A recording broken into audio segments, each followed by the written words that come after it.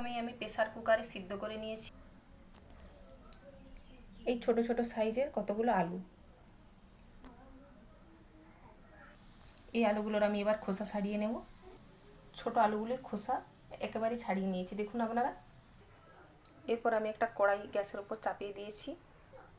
কড়াইয়ের ওপর একটু তেল আর একটা শুকনো লঙ্কা দিয়ে দিয়েছি। এরপরে আমি দিয়ে দিচ্ছি একটু সামান্য পরিমাণে হলুদ। এর ওপর আমি নিয়ে দিচ্ছি একটু সামান্য নুন, সরু করে কুচিয়ে রাখা কুঁদরি।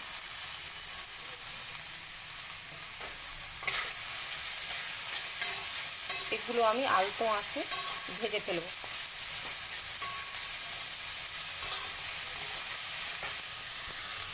এতে দিয়ে দিচ্ছি কতগুলো ছোট ছোট লঙ্কা।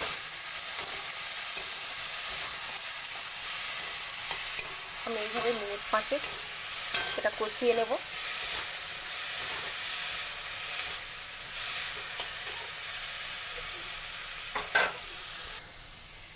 আমার ভাজা প্রায় হয়েই এসছে, আর একটু বাকি হয়ে এসছে।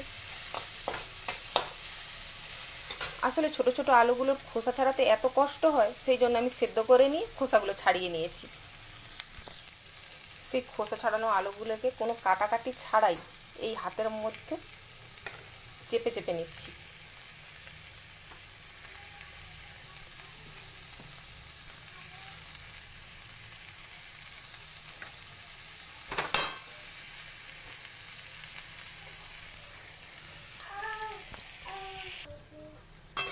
আলু আর কুঁদরিগুলোকে একসঙ্গে 2-1 মিনিট একটু এভাবে নাড়াচাড়া করিয়ে নেব।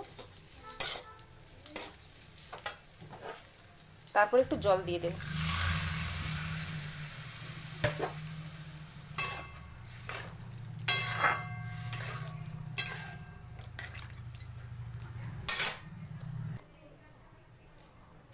এরপর দিয়ে দিচ্ছি একটু পোস্ত বাটা।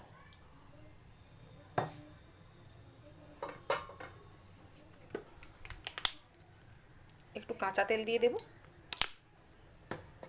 কাঁচা সরষের তেল। ঢাকনাটা চাপা দিয়ে দিচ্ছি। 2 মিনিট পরে নামিয়ে পরিবেশন করলেই হবে। আপনারা এবার এভাবেই একবার বাড়িতে ট্রাই করে দেখুন।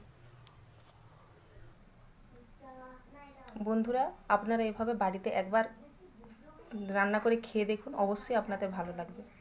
ভাত রুটি সবের সঙ্গে এটা আপনাদের ভালো লাগবে। প্লিজ প্লিজ বন্ধুরা, আপনারা একবার খেয়ে দেখুন। ছোট ছোট আলু দিয়ে কীভাবে কুঁদরি দিয়ে এই তরকারিটা খুব সহজেই বানানো যায় বাড়িতে। নমস্কার বন্ধু।